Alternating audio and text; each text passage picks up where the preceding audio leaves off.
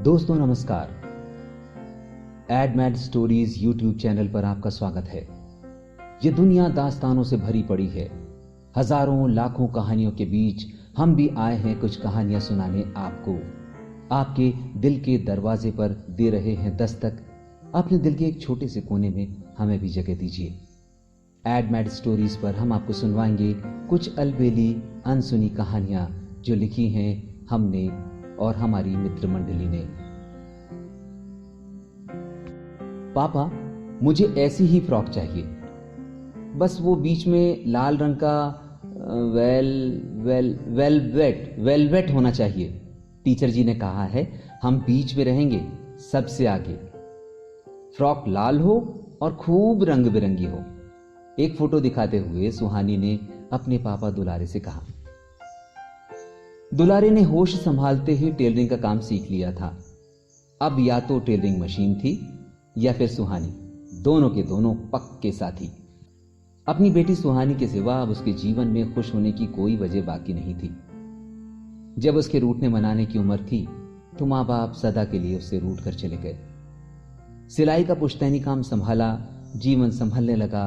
अरमानों की बगिया में आई रज्जो और उसने प्यार के फूल खिला दिए। दुलारे के जीवन के तन्हा आसमान पर रज्जू ने मानो खुशियों के चांद तारे टांग दिए थे। उसी आसमान की एक सुंदर सी परी सुहानी देकर रज्जू उसी आसमान का एक टिमटिमाता सितारा बन गई।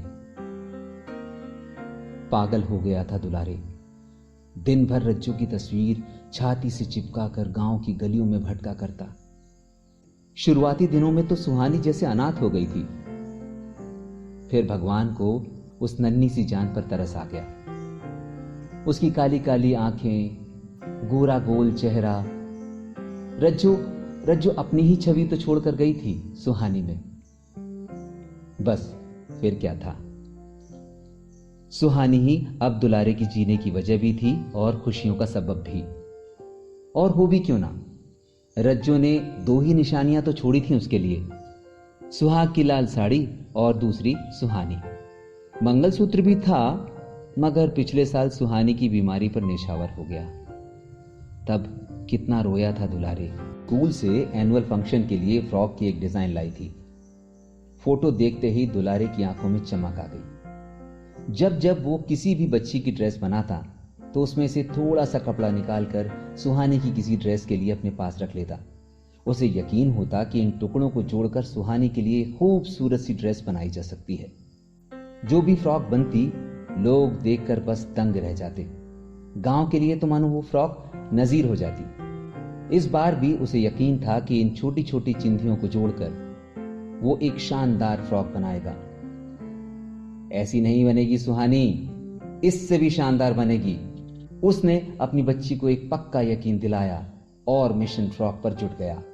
8 साल की प्यारी सी सुहानी न सिर्फ अपने स्कूल के लिए बल्कि पूरे गांव के लिए खुशियों की वजह थी।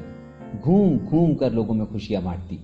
बिन मां की बच्ची, शायद वो भी अपने जीवन में खुशियों की वजह तलाश रही थी और खुश रहने की तरकीबें सीख रही थी। क्लास में सबसे अव्वल, खूब सारी बात करने वाली, लेकिन उतनी ही समझदार भी। उसे यकीन था कि एक दिन वो अपने बाप को इस सुई धागे की दुनिया से निकालकर इंसानों की दुनिया की सैर कराएगी। जितने रंगों की फ्रॉक उसके बाबा ने उसके लिए बनाई है, उसे यकीन था उससे ज्यादा उमंगों का संसार वो अपने बाप के लिए गढ़ देगी। इसलिए कच्ची उम्र में ही अपने घर के सारे काम काज समझ गई थी। पढ़ाई से लेकर खेलकूद तक, गीतों से लेकर अभिनय तक, सब में अव्वल, सब में अपनी पहचान बनाती हुई सुहानी पापा की बनाई हुई हर फ्रॉक को बड़ी शान से पहनती और इतराती फिरती। उसकी भोली अदाओं, नन्हे ठुमकों और रंग बिरंगी फ्रॉक के कारण डांस में उसे बतौर नायिका चुना गया था। टीचर जी ने 4 दिन पहले सबको अपनी अपनी फ्रॉक लाने को कहा, लेकिन सुहानी की फ्रॉक में अभी एक समस्या थी। अभी एक लाल रंग का वेलवेट का छोटा सा टुकड़ा जो सामने की ओर लगना था, मिलना बाकी था। और वही उस फ्रॉक की सबसे बड़ी शर्त भी था। शुरू तो हो गई थी, पर उसमें अभी बहुत सा काम बाकी था। फिर भी दुलारे को यकीन था कि वेलवेट का टुकड़ा कहीं ना कहीं से किसी न किसी प्रकार से वो इंतजाम कर ही लेगा, क्योंकि बाजार में जाकर वेलवेट के उस टुकड़े को खरीदने का मतलब था 20 से 25 रुपए का खर्च। अब प्रतिदिन 20 से 25 रुपए कमाने वाला दुलारे भला बाजार क्यों कर जाता, जब ग्राहक खुद ही चलकर कपड़े सिलवाने चले आते हैं। और संयोग देखिए, उसी दिन लाल कलर की वेलवेट वाली फ्रॉक लेकर एक सेठानी अपनी बेटी को लेकर दुलारे के पास आ ही गई। वो लोग गांव के नहीं थे, न वो सुहानी को जानते थे न दुलारे को। वो तो बस गांव के मुखिया के यहां शादी में आए थे। उन्हें यकीन था कि गांव से शादी के लिए कोई ना कोई अच्छी फ्रॉक तो मिल ही जाएगी, लेकिन उन्हें क्या पता था दुलारे का गांव तो काली मंदिर वाले पीपल से शुरू होता है और 4 कदम चलकर बजरंगबली वाले मंदिर तक खत्म हो जाता है। काफी ढूंढा लेकिन कोई फ्रॉक नहीं मिली। तब किसी ने दुलारे का पता बताया। सेठानी भी भगवान की बनाई हुई पूरी थी, एक ही फ्रॉक को कई तरीके से सिलवाना चाहती थी। भैया ऐसी फ्रॉक बना दोगे क्या, भैया ये डिजाइन बना दोगे क्या, भैया अगर वैसी डिजाइन बनाओ तो। पूरा 1 घंटा खराब किया दुलारे का। तब कहीं जाकर मां बेटी में रजामंदी बनी। फ्रॉक वाली मां बेटी के जाते ही चहक उठा दुलारे, अब बनेगी फ्रॉक, और अपनी बेटी सुहानी को गोदी में लेकर झूला झुलाने लगा। लाल वेलवेट ले आए पापा? सुहानी ने बड़ी मासूमियत से पूछा। हाँ बेटा, यूं समझो कि कन्हैया जी खुद ही दे गए। दुलारे बात टाल गया। सर्दियों का समय था, शादी के अनेक मुहूर्त थे। इन दिनों दुलारे के पास बहुत काम था। वो इन संकेतों को नहीं समझ पा रहा था कि बेटी के भाग्य से ही तो इतना सारा काम उसके पास आ रहा है, और बेटी के काम को ही वो लगातार सरकाता जा रहा था। जो भी ग्राहक आता हड़बड़ी में आता, मुंह मांगे पैसे देता, काम कराता, आगे बढ़ जाता। एक छोटा सा वेलवेट का टुकड़ा लाने और लगाने में भी दुलारे के पास वक्त नहीं निकल पा रहा था, लेकिन फिर भी वो जानता था कि ये काम उसके लिए महज 1 घंटे का है। वो कभी भी इस काम को अंजाम दे ही देगा। कल दोनों ही फ्रॉकें देनी थी, ये लाल वाली वेलवेट की फ्रॉक भी और रंग बिरंगी वेलवेट वाली सुहानी की पोशाक भी, क्योंकि अगले ही दिन सुहानी के स्कूल में एनुअल फंक्शन था। और आखिरकार वो समय आ ही गया जब सुहानी की फ्रॉक बननी शुरू हुई। एक दफा गांव में चंडी का मेला लगा था। एक सी पोशाकें बनने के लिए बहुत सा लाल कपड़ा आया था। उसमें से कुछ 1.25 मीटर का कपड़ा दुलारे ने अपने पास रख लिया था।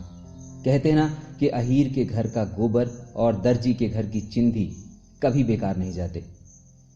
फ्रॉक बनाने के पहले दुलारे ने अपनी बेटी के लिए जितना जरूरी था उतना वेलवेट का टुकड़ा काटकर निकाल लिया। रात कोहरा बरसा रही थी। सारा गांव ठिठुरन के मारे अपने अपने घर में दुबका हुआ बैठा था। अब शांति से दुलारे ने अपनी बच्ची की फ्रॉक सिलनी शुरू की। रात के कोई 10:15 बजे थे कि दरवाजा किसी ने खटखटाया। बाहर वही मां, बेटी और इस बार साथ में मुखिया को लेकर खड़े थे। उनकी छन छन कर आती आवाजों से पता चल रहा था कि डिजाइन में अब भी कुछ बदलाव है। वो अपनी डिजाइन में बदलाव के लिए ही आई थी। दरवाजा खुलते ही धड़धड़ाते हुए भीतर आते हुए बोली, भाई साहब, वो आपने वो फ्रॉक तो अभी बनाई नहीं ना? ये सवाल सुनते ही दुलारे के होश उड़ गए। दरअसल हमें, सॉरी भाई साहब, डिजाइन में थोड़ा चेंज कराना था। ये नई डिजाइन देखिए। सेठानी अपना नया डिजाइन दिखा ही रही थी कि उन्हें वेलवेट का गोल कटा हुआ कपड़ा नजर आ गया। महिलाएं अपना लाया हुआ कपड़ा हजारों में पहचान लेती हैं। कपड़े को गोल कटा हुआ देखकर उनका माथा ठनका, और पास ही वो रंग बिरंगी फ्रॉक भी दिख गई जिसके गोल से हिस्से में वेलवेट लगना था। छूटा हुआ हिस्सा अलग से देखकर सेठानी भड़क गई। तो जी तुम चोरी करते हो? मुझे नहीं बनवानी तुमसे फ्रॉक, चोर निकले तुम तो। वो दुलारे को उसी की देहरी पर उसी की बेटी के सामने बेइज्जत कर रही थी। मामला बढ़ गया। आस पड़ोस के लोग भी आकर खड़े हो गए। सुहानी भीगी पलकों से दरवाजे की ओट में छिपकर पूरा माजरा देख और सुन रही थी। उसे इल्म नहीं था कि जो रंग बिरंगी फ्रॉक बन रही है और जिसमें वेलवेट का टुकड़ा लगना शेष है, उसका एक हिस्सा दूसरी नई बनने वाली फ्रॉक से लिया जाना था अगले दिन उस रंग बिरंगी पोशाक को स्कूल पहुंचना था और यहाँ बात थाने कचहरी तक पहुंच गई थी। तुम सीधे अभी के अभी पुलिस थाने चलो। पुलिस का नाम सुनते ही दुलारे के होश उड़ गए। पहले तो दुलारे अड़ा रहा कि वो कपड़ा उनका है ही नहीं, फिर कहा कि आपकी ही फ्रॉक के लिए निकाला था, और फिर मौके की नजाकत को देखकर किसी तरह अपने को संभालता हुआ बोला, मुझे माफ कर दीजिए बहन जी, मैं आपके पैर पड़ता हूं। दुलारे की पहले की अकड़ सेठानी के दिमाग पर जम चुकी थी। वो नहीं मानी तो नहीं मानी, अब किसी तौर पर वो इस बात को खत्म करने पर राजी नहीं थी। सेठानी की छोटी सी बच्ची जो अब तक सब कुछ देख रही थी, अचानक उस रंग बिरंगी फ्रॉक को देखकर बोली, मां मुझे ये चाहिए, रंग बिरंगी फ्रॉक, तितलियों जैसी। कुछ पल को दुलारे के छोटे से घर में सन्नाटा छा गया। सच्ची? सेठानी ने एक नजर उस रंग बिरंगी खूबसूरत फ्रॉक की ओर डाली, उसे छूते हुए कहा, ये चाहिए तुम्हें? दुलारे के सीने पर आरी चल गई, कानों में अजीब सी सीटी बजने लगी। हां भैया, यही फ्रॉक अब मेरी बेटी को पसंद है, यही चाहिए हमें। अब हम यही फ्रॉक लेकर जाएंगे जो मेरी बेटी को पसंद है। दुलारे ने हाथ जोड़े, मिन्नतें की, फ्रॉक को कसकर पकड़ लिया। अब मुखिया आगे आ गए। पड़ोसियों ने भी समझाया, जिद छोड़ दे दुलारे, पर कोई क्या जाने सुहानी एक एक दिन अपनी फ्रॉक के इंतजार में कैसे काट रही थी। दुलारे को एक एक कर संकेत याद आ रहे थे। इतना काम आया किसके मुकद्दर से, इतने पैसे आए किसके लिए, बड़े आराम से कपड़ा आता, बड़ी शान से फ्रॉक से ली जाती, और अब फ्रॉक लम्हों की तरह धीरे धीरे हाथ से फिसल रही थी। और पुलिस की धमकी, दूसरी ओर सुहानी, तीसरी तरफ उसके स्कूल के अगले दिन का कार्यक्रम, और चौथी ओर वेलवेट का एक बड़ा सा कपड़ा जिसकी कीमत दुलारे की महीने भर की कमाई थी। इन सब के मुकाबले दुलारे को वो रंग बिरंगी फ्रॉक कहीं सस्ती लग रही थी। सुहानी की आंख से आंसू झरझर बह रहे थे। रंग बिरंगी वेलवेट वाली फ्रॉक जिसका उसे इतने दिनों से इंतजार था, दूसरे बच्चे को सौंपी जा रही थी। अब दुलारे के पास 3 चीजें बाकी थीं, उसका पश्चाताप, सुहानी के आंसू और वेलवेट का एक बड़ा सा कपड़ा। भोर के 4 बज रहे थे। सर्दी की कड़कड़ाती सुबह की खामोशी में दुलारे की मशीन की आवाज दूर तक जा रही थी। कमरा चिंधियों से अटा पड़ा था। दुलारे की आंखें सूजी हुई थीं और मशीन लगातार चल रही थी। पास ही सुहानी गीले तकिए के साथ सुबह के अनजान सुखद अंजामों को भुलाकर सो रही थी। उसकी खुशी किसी नए रंग में आकार ले चुकी थी। लेकिन दुलारे के पास अब रज्जो की एक निशानी रह गई थी, सुहानी। दोस्तों, ये थी आज की कहानी वेलवेट, जिसे लिखा था सत्येंद्र रावत ने। आपको हमारी कहानी कैसी लगी हमारे YouTube channel ad mad stories पर अपने कमेंट्स में जरूर बताइए। और हाँ, हमें यह भी बताइए कि आप किस तरह की कहानियां पसंद करते हैं, यानी आपका इंटरेस्ट किस तरह की कहानियों में है।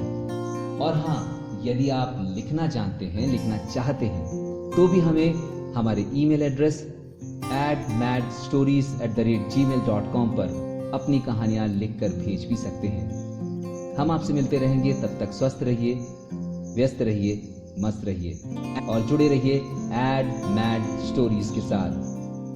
जय हिंद, जय भारत।